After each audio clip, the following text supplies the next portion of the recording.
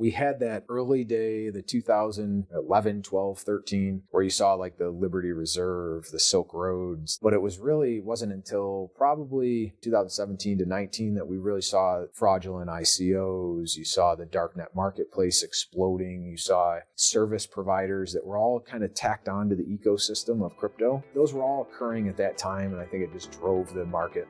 Welcome to Season 3 of Public Key, the podcast from Chainalysis.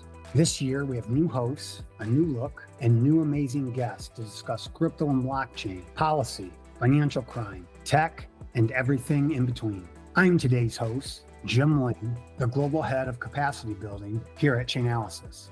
The criminal landscape is evolving, and nobody knows this better than IRS Criminal Investigation, or IRS-CI, who has been an international leader when it comes to combating financial crime and specifically crimes where crypto is involved. Before Chainalysis, I spent almost 30 years working with the extremely talented men and women within IRS-CI, including our next guest, Jarod, a leading figure in government law enforcement and the executive director of cyber and forensic services at IRS-CI. Jarod and I discussed the evolving landscape of financial crimes and the crucial role of digital assets and cyber technology. He explained how IRS-CI stays ahead of crime through an innovative approach to investigations and deep international partnerships in law enforcement. He also highlights the need for authorities around the globe to stay on top of emerging typologies and the use of cutting-edge AI technology. Before we jump into this episode, last month, the Assad regime, which ruled Syria for over 5 decades and had been embroiled in a 13-year civil war, collapsed after lightning offense led by a number of Syrian opposition factions, most notably the Hayat Tahrir al-Sham, or HTS for short. These events have meaningful geopolitical implications for actors in the region and great power competition, since Syria was not only the critical linchpin connecting Iran to its most capable proxy, Lebanese Hezbollah, but also an important part of Russia's power projection in the Middle East. Head to the show notes to check out our latest blog exploring the crypto nexus to the latest developments we are watching closely. Now on to our episode.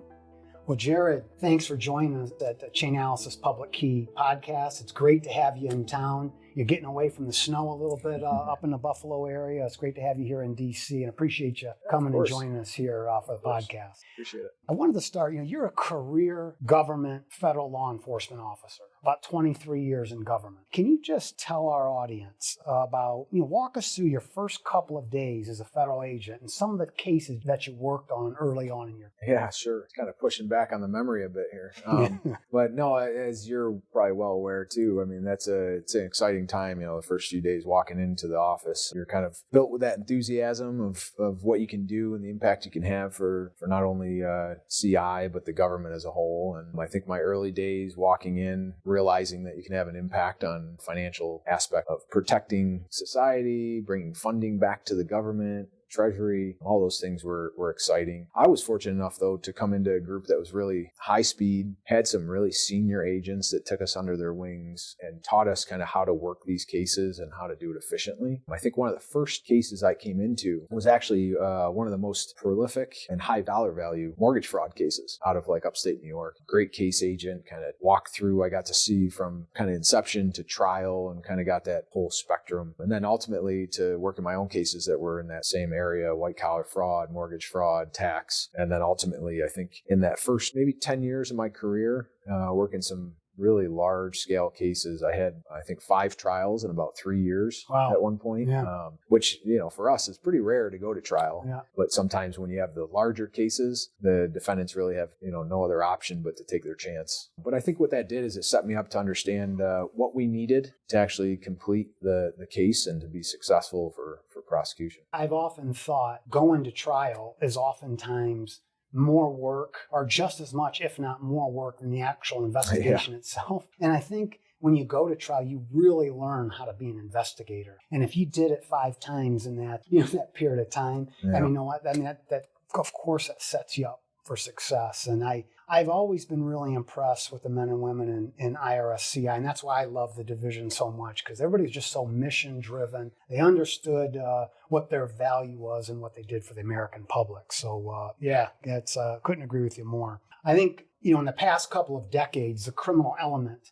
has really evolved. And I'm curious from your eyes, as the executive over cyber and forensics, are you seeing more technology being used in crime today? And or are there new crimes that you couldn't even have imagined when you first started out as an agent? Oh, yeah, absolutely. I think we didn't have cell phones back then. You were at the same time. I think maybe the first year on the job, I was issued a beeper. Most evidence is paper copy. Everything we did was face-to-face interviews. Yeah. We're still sitting in a car doing surveillance. All the evidence was needed to be held in a filing cabinet, and more importantly, I think almost all financial transactions were done in cash or through the financial sector. That has completely shifted to now being these small computers, massive supercomputers in our pockets. Yeah. It's digital evidence for everything. It's use of cryptocurrency to evidence in general being everything digital. It's created some challenges, but I think it's also, to your point, brought in a new wave of crime that we never even thought was possible back then. Yeah. It wasn't like we had a group that's been studying crypto for decades, right? We kind of learned this on the fly, and this was all new to both us, to both the financial sector, and to the criminals. You mentioned, the beepers, and I remember a couple of things from the early days as well. We had a typewriter when I first started. That we had one typewriter in the middle of the Detroit office that you had to sign out on a clipboard to use to write up a memo. I remember getting a page, pulling over to a payphone to make a phone call. Yep. And the other thing that you jogged my memory, I remember a yellow band at the bottom of a document that had to get 6 signatures that had to be hand carried around.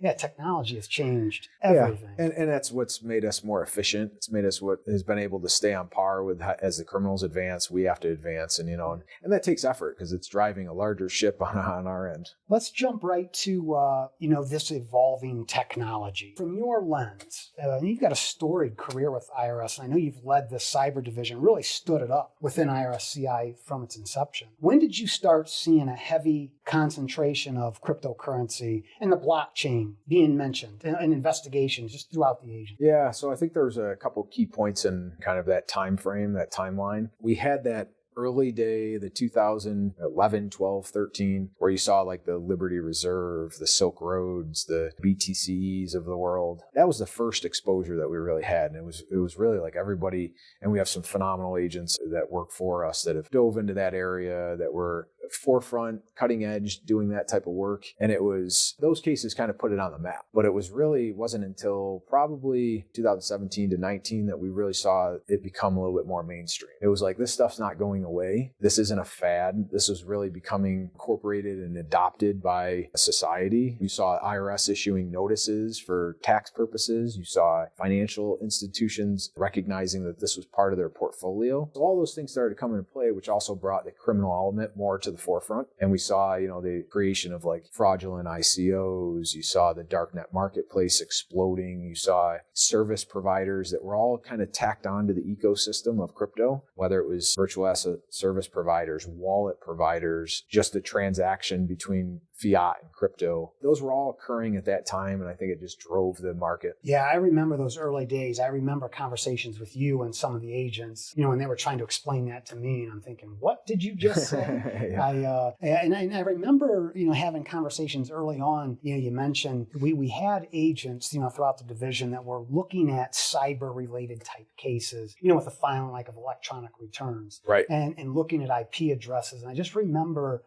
things changing and things are just evolving fast. Yeah, very quickly. Fast. So crypto, I always tell everybody, what took the financial institution almost 100 years to kind of perfect and have framework and guide rails and everything in place took crypto, less than a decade. Yeah, on that point, thinking back, I remember international type cases, early on, 15, 20 years ago, let's say, had an international component to it. But they were few and far between. It took 20, 25 years. Now just about every case has an international component. But crypto involved in crime, you're right. It happened quick. Yeah. Not a perfect analogy, but just to kind of show how fast technology and global. Yeah, so right. like almost every case we work now has an international component. That's right. Yeah, interesting. Do you remember what your first thoughts were about crypto and the impact that would have on the criminal landscape?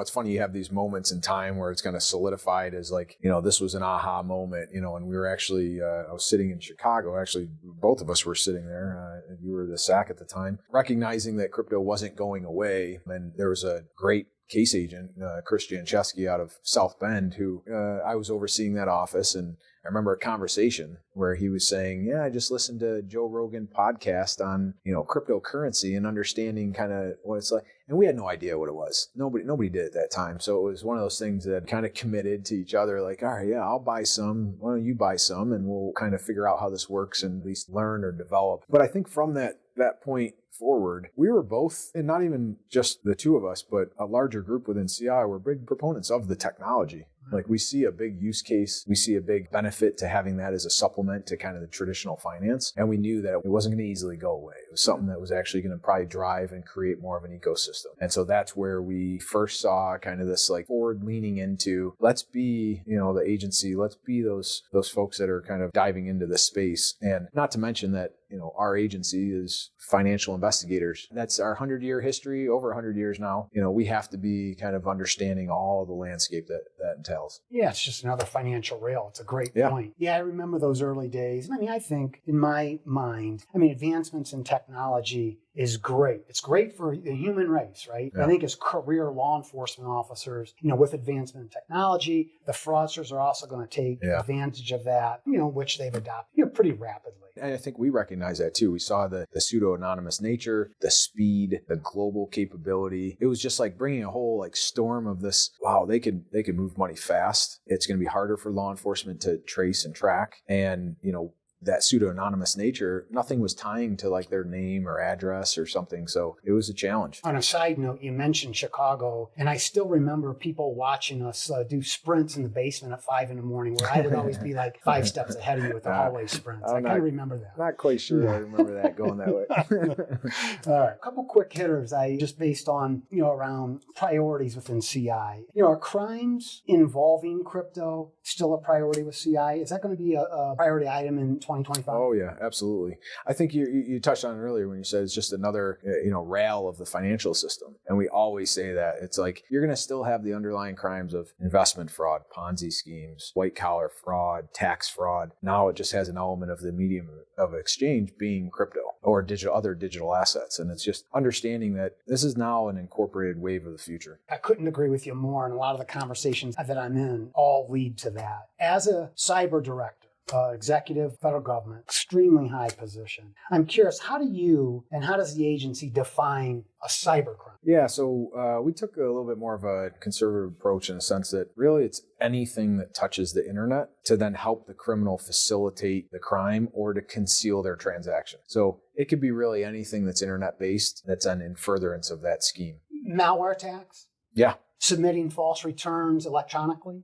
Yep. How about narcotic sales off-chain, where then the organization uses crypto to launder their illicit funds? Yeah, absolutely. They can get separated in a couple different buckets. Like we talk about cyber-enabled versus cyber-dependent fraud. And cyber-dependent would be like, if not for the internet, those things wouldn't exist. So your malwares, your DDoS attacks, your, these sophisticated hacks, things like that. But then your cyber-enabled, they're going to be kind of what I was talking about earlier, the traditional cases, traditional fraud that just has an underlying digital asset component. How important is international law enforcement collaboration from your perspective in unraveling, these crimes involving crypto? Critical. I can't understate that amount of necessity that requires. We mentioned it earlier. Almost every case now has a global reach, and almost every case is touching into a different country or a country or several countries. So the requirement for us to not only have good law enforcement relations with those countries, those cyber components, but also from a policy standpoint, being able to work with those countries for mutual legal assistance treaty requests. That's where we will reach out to those countries to get documents or records through legal process to request their assistance on surveillance, records, maybe even an arrest. Those are all critical pieces that we can't do ourselves and we can't do alone. Couldn't agree with you more. The international aspect of how fast and how efficient value can move on the blockchain. I think law enforcement agencies think they can do it, and I think law enforcement agencies can. They're just not efficient, and the speed is what creates a challenge, I I feel, for Oh, law absolutely. enforcement. Absolutely. Yeah. I mean, when you can send almost an unlimited amount of money overseas in a matter of seconds, Right. there is a whole different sense of urgency there that you can't do alone. IRS Criminal Investigation seems to be an agency that's often mentioned in the headlines, revolving around like large darknet markets or mixer shutdowns and just enforcement actions in general. And you have a lot of these organizations that seem to be operating right out in the open. What are the challenges that law enforcement, I mean, from your perspective, have with these investigations? Yeah, so that's there's quite a bit there. I think you're talking about a very small percentage of criminals that have the sophistication to actually operate in that space. These criminals usually have really high operational security. They're cyber savvy in order, to understand how they operate. They're usually hiding behind Tor, which is an anonymous browsing system to be able to really hide their tracks. They're using services like bulletproof hosting infrastructure, which really all of these things are valves that the government has to pierce to be able to try to find who's behind this activity. And more the technology is going to be on the favor of the criminal, because they don't have restrictions on how they use it. They can leverage kind of expertise across all of the criminal organizations. And then in addition to that, like just the sense that, they are using and constantly adopting new technology. Day one was Bitcoin transactions from wallet to wallet. That is almost easy now, to understand and to follow. But now you're talking about, bridges and, peel chains and cross-chain transactions and swapping tokens and anonymity-enhanced coins and smart contract. The list goes on. And it's like, those are the methods and the typologies that the criminals use that then the government has to kind of follow up with, understanding how it works and then trying to unravel and uncover their activity. A side note on what you just said, and agents, you mentioned a lot of money laundering techniques. Do you feel that agents have to have a little self-initiative, to stay on top of all that, just to keep current? I mean, agents have to have some self-initiative to do some self-education in order to stay current. Yeah, absolutely. I mean, and that's what makes what I feel makes our agency so great is we have a ton of men and women that just really pride themselves on becoming and staying proficient in this space. And it's not like you can pick up a book and just learn this stuff. It's occurring and it's adapting and adopting to almost weekly to monthly changes. Yeah. So they're interested in the space. They love to do this type of work. They're pushing themselves to be experts. And when you do that, it's understanding that this ecosystem continues to grow, and it's kind of, what's the next level? What's the next thing that we have to be prepared for? And we constantly see it, whether it's the layer 2 coins or the DeFi, the DEXs, it's constantly evolving, and we have to basically stay on par with that. It gets back just to the temperament and the mission-driven focus of IRS Criminal Division and the agents that are there, and just the forward-leaning to stay up and current on everything. It's very impressive. And we pride ourselves on being like innovative.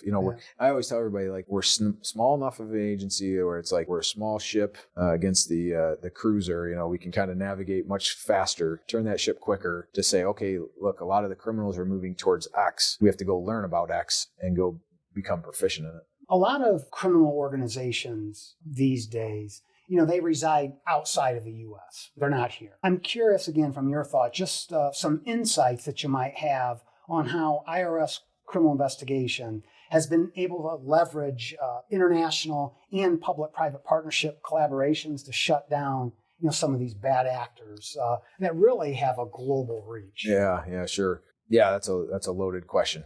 There's a lot to that. So unpacking that first is like, the international piece. I think we have early on, we saw exactly what we talked about earlier, this international global reach. And in doing so, we placed one of our first thing was where does it make the most sense for us to be kind of dialed into? And with small resources at an agency like CI, we have to be very efficient on what we do. We ended up placing an agent at Europol, which is a hub in the Netherlands that really is focused on kind of collaborating amongst 100 of countries that all sit together. So it's kind of your biggest bang for your buck by putting somebody there to leverage that task force environment. Mm-hmm. So in doing that, we were able to really jumpstart kind of our international capability, and then recognizing over time that this is becoming even more focalized to different specific areas, to different countries, different exchanges that are popping up because it's easier to do so in certain countries, the ones that you could imagine that we don't have good relationships with. And then shortly after, we established not only the cyber component, but more of a cyber tax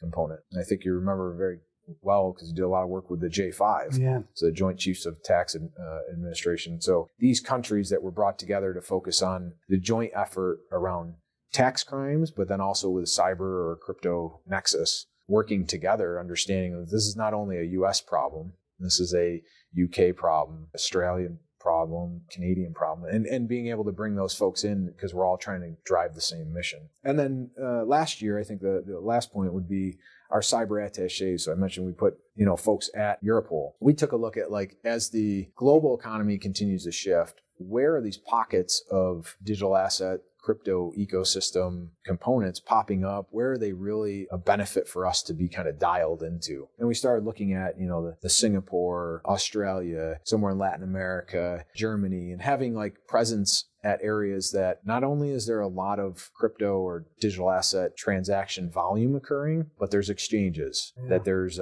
partners that sit there that have a robust kind of task force that are addressing global crime. So that made sense for us to really kind of hone in on those areas and say, yeah, let's put some more folks there. Yeah, you mentioned the J5 earlier, and I was always super impressed with the J5 and the J5 challenge, which oftentimes focused on developing investigations revolving or that utilize crypto. And I mean, what a novel concept. You put a bunch of subject matter experts in a room in a public-private partnership setting, and you just tell them, just develop investigation. You let them work. I mean, what a novel concept to let the agents and the analysts in the public-private partnership setting just do what they do best. Well, and I think I said several times prior is that this is probably the first time, probably in history, where like a program area like digital assets or crypto broke down a lot of those like international barriers to really allow us to share data, work jointly, to become more efficient as like a global enterprise for enforcement. Yeah, and I know that's a model, around the globe that law enforcement agencies have taken notice to.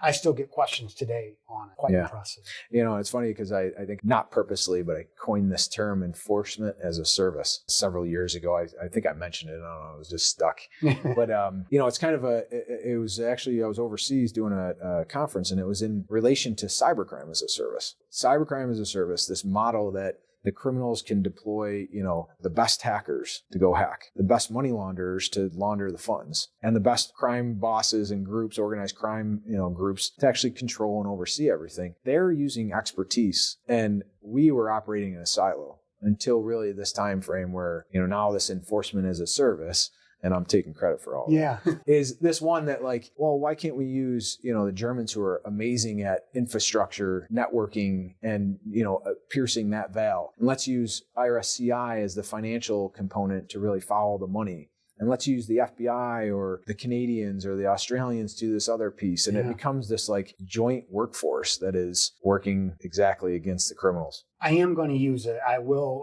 There's no copyright, but I will tag it to you. I don't need that much. So your annual report just came out, the CI annual report. Again, a great product that really highlights a lot of the work the division is doing. It was just released recently. And I noticed, I looked at it yesterday actually, and I noticed that there were about 111 new cyber investigations initiated.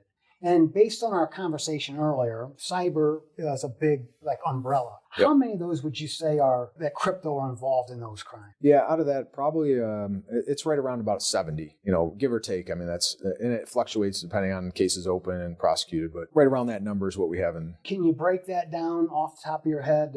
How many of them actually involve tax versus, some Title 18 charge? Yeah, we're sitting right about 50%, 45% that involves a tax-related charge. And the interesting thing is like, it doesn't just have to be one or the other. We work cases, as you know, that could be money laundering with a tax component, or it could just be a tax component itself based on the facts of the case. Right. That makes sense. I also saw where there were about 72 cyber prosecution recommendations. Same question. How many of those involve some facet of crypto? Yeah, roughly about 45. Okay. Yeah, about 45 of them are crypto related. Yeah, it feels like, the past 2-3 years, it feels like it's really morphed to about 50% being tax or tax related versus pure money laundering, 5 or 8 years ago. Yeah, and that's primarily due to that adoption, consumer adoption, and also some of the regulations put in place by IRS and Treasury to say that crypto transactions are taxable transactions, that when you have that qualifying event, qualifying it as an asset to actually be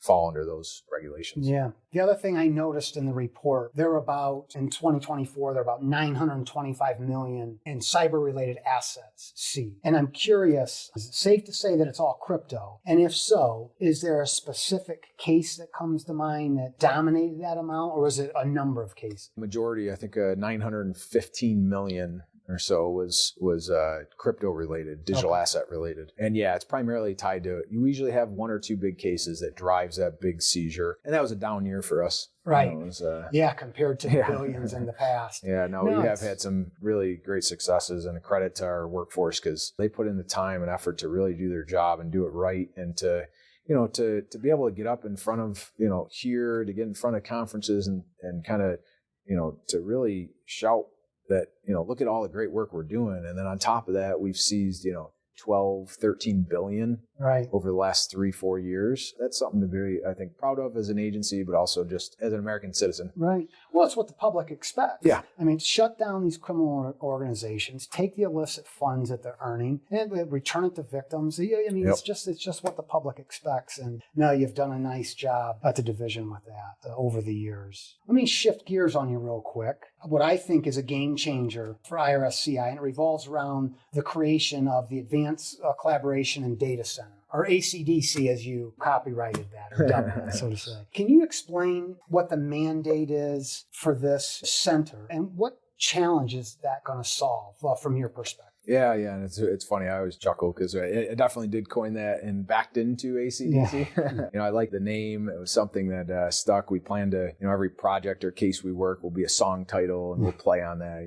Something we enjoy to at least make some light of it. Right. But yeah, I think what it grew out of this genesis of the people, right? So understanding that it's really the skill set and the knowledge of the workforce that is what made us so successful. And it was combining the right people together. So we kind of piloted this for several years in the DC area, and then out in LA, but having the right folks sitting together. I'm talking about like agents, computer scientists, data scientists, contractors, linguists, analysts, all sitting together with one mission, right? And the mission is find the bad guys, and it's focused around the crypto and digital asset environment, but find the bad guys doing bad things and find the most egregious ones, right? And you can go off into a lot of tangents there and kind of what our mission will be. But when you boil it down, that was the idea. Was can we scale this up and do even more by bringing folks together to really have that one mission drive? Well, I think the division actually has proved it over and over and over, somewhat in silos with just some of these massive investigations where you've seen some success. And bringing it all together simply makes sense. Yeah, and I think we've been operating kind of in that structure for quite a while. So informally set up, formally kind of putting some like structure around it is the idea of the ACDC. And there's some other pieces to it as well, like the training component. Like, as you can imagine, you mentioned it earlier, there's a significant need to stay current with some of this technology, not only from CI, but our partners, right? So it's the Treasury bureaus, it's the other law enforcement agencies, it's state level, it's our civil component to be able to enforce the tax compliance efforts. All of that comes back to knowledge gap, training, understanding of the space, and staying current with the technology developments. So this center would be another hub for mission focus, but then also training components to really whole government. Yeah, and I suspect anytime you're talking scale and sustainability, you got to talk about policy and procedure. I suppose a centralized hub makes sense to make sure people are consistent with the way they're operating. So it makes sense. On the ACDC, I'm curious, you mentioned case development or lead development. Do you envision the ACDC actually generating investigative leads for the division at IRS-CI and outside of IRS-CI? Yeah, we do. I think it's going to be unique because it's kind of like all in one-stop shop, right? It's like training, operational, investigative support, and ongoing casework, and then lead generation. So lead generation could be around a new development, a new program area, working with public-private partnerships, contractors, private industry, and saying, is there an area that we need to focus on? And then if so, can we generate some work streams around that to actually get ahead of it?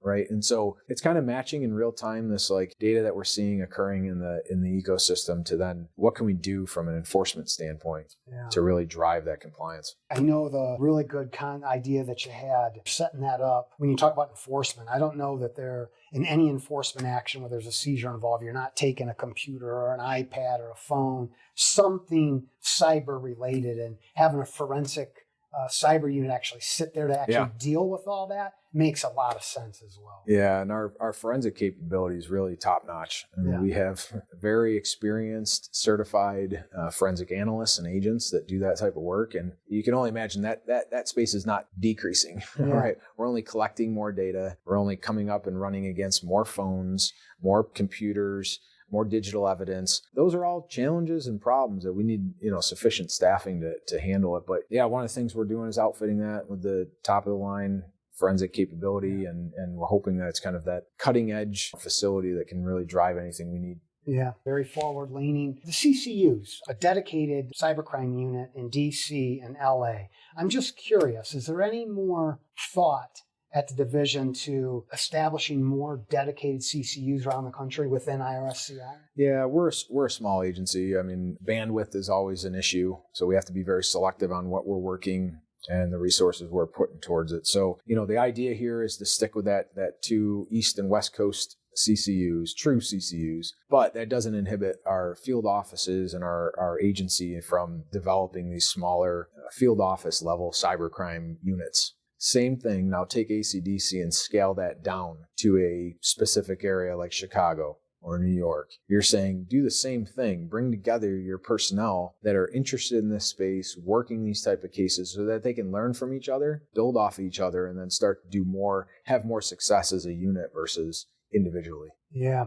Well, again, I feel that makes a lot of sense because, believing that crypto is just one more financial rail, as a division that spends 100% of their time on financial investigations, the agents there are going to have to understand this. And it just makes sense. It's not going away. Not going away, yeah. Let's shift into tax just for a moment here. The Public Key podcast here at Chainalysis had done several tax episodes historically. And, where the common theme is that crypto gains wildly unreported here in the U.S. And I'm curious, again, from your perspective, with Bitcoin seeing a historic rise, in price recently, what do you think individuals who are winning big, what do they need to think of think about when it comes to tax? Yeah, I think that first off, they have to know that there's a requirement there, right? So that's the first part. We don't expect you to know all of the intricacies of the tax law and everything like that. That's why we have professionals. We have CPAs to rely on. We have companies that do that type of work. Now, certainly if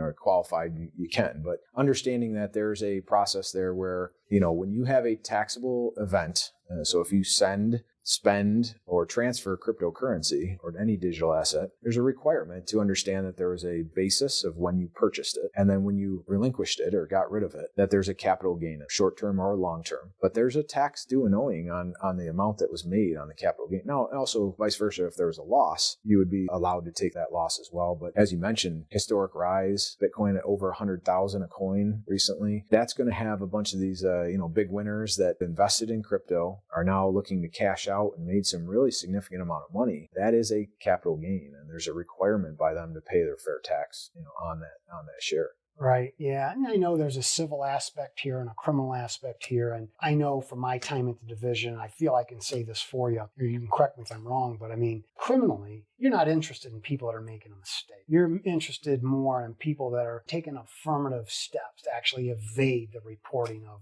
that's right. Capital gain. Yeah, that's right. They're taking some aspect to actually hide, conceal, trick the government, that they didn't make that money and that they don't have any tax due. Right. I suspect a lot of the money laundering techniques you mentioned, a lot of those could be considered affirmative acts, depending on how an individual and what they're doing. Yeah, absolutely. And it's a totality of the case, right? We don't look at it through an optic of one specific issue. That's right. Okay, there are rumors that we hear in the media that government budgets in general, across government, are going to be reduced, which also oftentimes translates to reduced hiring. If in fact this happens, the rumors are it's happening across government, and you're not able to hire, how are you going to be able to do more with less? Yeah, to be frankly honest, I mean, we'll do less with less. Right. But the agency is very driven. And really, this is what I'm so proud of from an agency standpoint, is that we could have less, and we're going to continue to do the job and the mission that we have, in front of us. And that's going to be finding the most egregious cases. So we'll find ways to get even more efficient. We'll find ways to continue to work those cases that will bring significant value, impact to the citizens or American public. And that'll be tax collected. It'd be seized assets from criminals. It'd be putting the bad guys away that are doing terrorism financing, human trafficking, child exploitation, and leveraging, the financial rails to do so. But yeah, it's going to be a challenge. And it's one of those things that we've seen historic cases in the past. We've done billions in fraudulent investment fraud cases. We've done billions in these hacks and things that have gone back to victims or are going back to victims currently. Those cases, you may not have as many of them. And that's the result of, some of this, decreased hiring and decreased staffing. No, that's something that all government agencies are paying attention to right now. Okay, let's move looking forward. Is there any project or initiative or collaboration in your mind that stands out that IRS-CI is going to get involved in or be focused on kind of moving forward? Yeah, there's several. I mean, one, I want to put a plug for some of the work that one of our employees is doing, Lauren Core, who came over from financial institution. She generated a CI First initiative, which is a really outstanding program to be when it's dealing with financial fraud, crypto, digital assets included in the traditional frauds of what we see. Having a direct contacts with those financial institutions, with the ecosystem, with the folks that are doing that type of work to come to CI to provide that type of leads, information, intelligence, so that we can be proactive and very nimble in a sense of moving quickly on some of those frauds. The other thing is then just some of the projects that we're looking at that are cutting edge. I think the next wave of kind of the future. I mean, I'm sure every business is talking about AI these days and kind of how that's going to impact some of the casework, use cases from a criminal standpoint, but also goes back to the same process that we were in 10 years ago, right? Understanding crypto, how it's going to impact the criminal landscape. Now it's AI. How's AI going to come into play? How can we use it and get better? But in order to do that, we have to scale up and become familiar with it and get better at it ourselves. And then with that, I think even in the digital asset space, I mean, we've seen things like DeFi and Web3 driving smart contract use, gaming. I bring this up a lot. It's an area that we're focused on, understanding that space has opened up a lot. My son plays Fortnite, and it used to be you can go into Fortnite, link my card, buy some V-Bucks, play in the game, and no harm, no foul. Now it's, he's in the game, encrypted chats. You can transfer your tokens to another game. You can transfer to a different game. You can off-ramp it in crypto. It's becoming an integrated model that is combining everything that we have available to us at a financial aspect. Yeah, over the years, talking to you about this, I find myself in that conversation, with some of these Web3 games. This could probably be an episode in and of itself with just the use cases, the money laundering threat, that revolves around those types of games. The CI First thing that you mentioned, Lauren, it's another forward-leaning thing the division is doing to really take advantage of public-private partnerships, just to be more efficient. Right. And that's really what it's doing. I know a lot of people are watching that. You mentioned AI. Can you talk about how CI is using AI now? Or do you feel that AI will play more and more of a role within law enforcement, specifically IRS-CI, just from your lens? Yeah, sure. So, we're constantly looking at it. I think we're at that early stage of evaluation and where it kind of fits correctly. It's also one of those things that we want it from a government standpoint. We have AI governance boards, make sure it's being done not only from a deployment standpoint, but a safe and ethical manner. And again, from our standpoint and for law enforcement and within CI, we're looking at just becoming better at the use of our data that we have. So we have a lot of operational data that we collect in our cases. How do we use AI to understand it, contextualize it, and at a quicker speed be able to find the links to go after and seize more money, put more bad guys in jail quicker? Right? Yeah. Can we identify those needles in the haystack faster to be able to actually go take some enforcement action or,